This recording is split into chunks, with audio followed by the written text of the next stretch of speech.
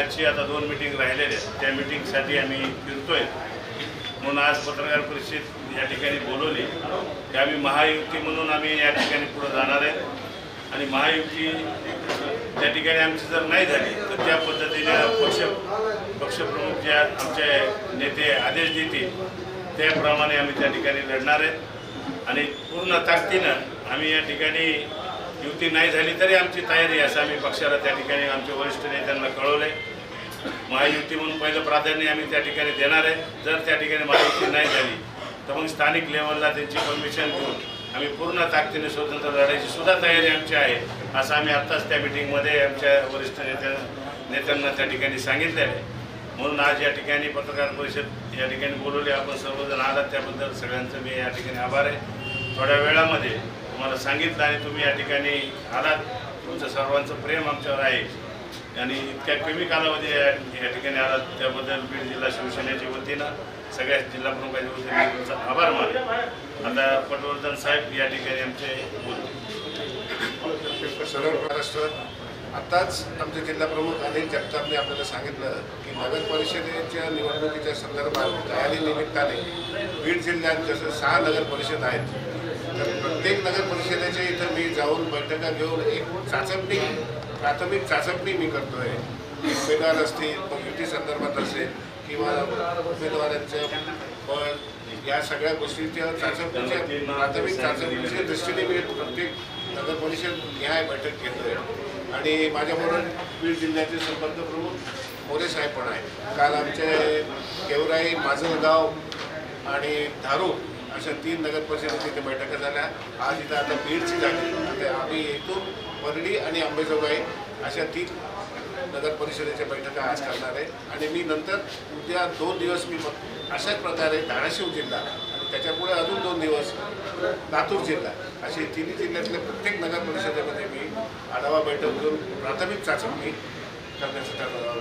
पक्षाच्या आदेशानुसार ही कार्यक्रम राबवला। आता विषय आहे, प्रत्येक ठिकाणी चर्चेत हे आढळून आलं की आपले सर्व पदाधिकारी व कार्यकर्ते यांची मनस्थिती अशी आहे की शक्यतो आपण युती करूनच आपण निवडणुकीला समोर जायला हवं तर आपल्याला चांगलं यश मिळू शकतं आणि प्रत्येक ठिकाणी भगवा पडू शकतो असं एकूण सर्वांचं मत असं एक लक्षात आलेलं आहे सगळ्यांची चर्चा करण्यामुळे।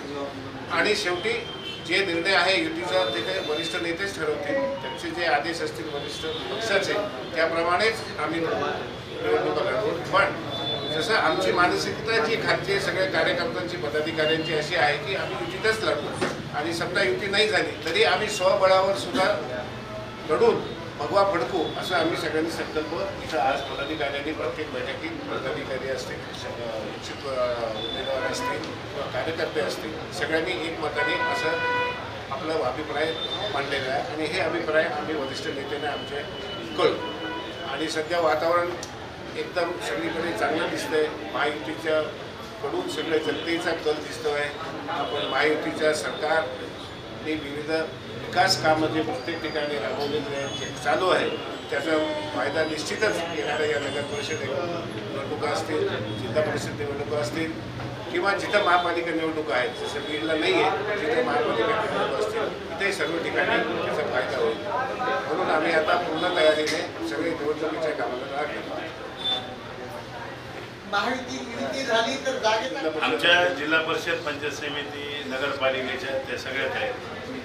पंचायत समिती उमेदवार बी आपल्याकडे रेडी आहेत, जिल्हा परिषदची बी आहेत, काही 2-3 सर्कल आहेत ते ज्या येतील।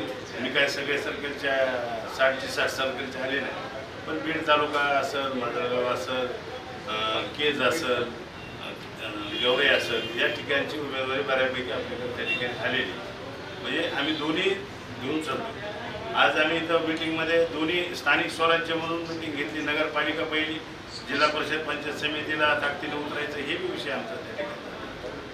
आता इच्छुक नगराध्यक्ष जे होते त्यांनी सुद्धा रात्री साहेबांनी त्यांची मुलाखती घेतली कारण प्रत्येकाला अधिकार आहे नगरपालिकामध्ये नगराध्यक्षपद मागायचा, प्रत्येकाला अधिकार आहे नगरसेवक आपल्याला व्हायचं आहे, आपल्याला वार्ड मागायचा आहे, जागा मागायची। असे 3 नावं नगराध्यक्षाचे आमच्याकडे आलेले आहेत।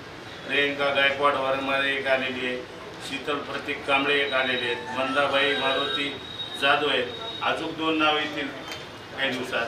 आता हे दमादमी जसं जसं टप्प्या जवळ जाईल तोपर्यंत त्या ठिकाणी आपण त्या ठिकाणी उमेदवारी बी एक एक कशा होतील. आजच्या आमच्या पदाधिकाऱ्यांनी जी मागणी आमच्या नेत्यांकडे ह्या 3 जणांनी नेत्यांनी मागणी या ठिकाणी केली. महायुती म्हणून पहिलं एकनाथ शिंदे साहेबांनी आम्हाला सांगितलं आहे की पहिलं प्राधान्य महायुतीला द्या. महायुतीमध्ये कुणी जर एखादं आलं नसेल तर जे राहिले त्याच्याबरोबर करा.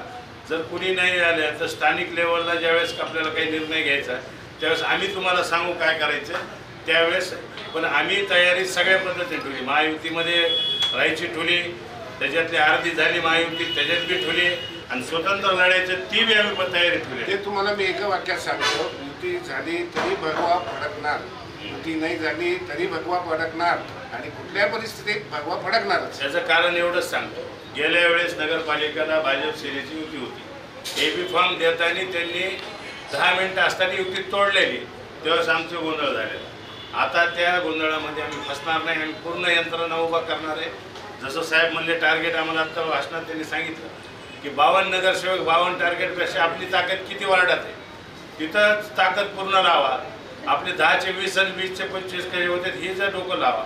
म्हणून आम्ही पूर्ण ताकदीनं आता 36 नगरसेवकाची तयारी आमची या ठिकाणी झाली.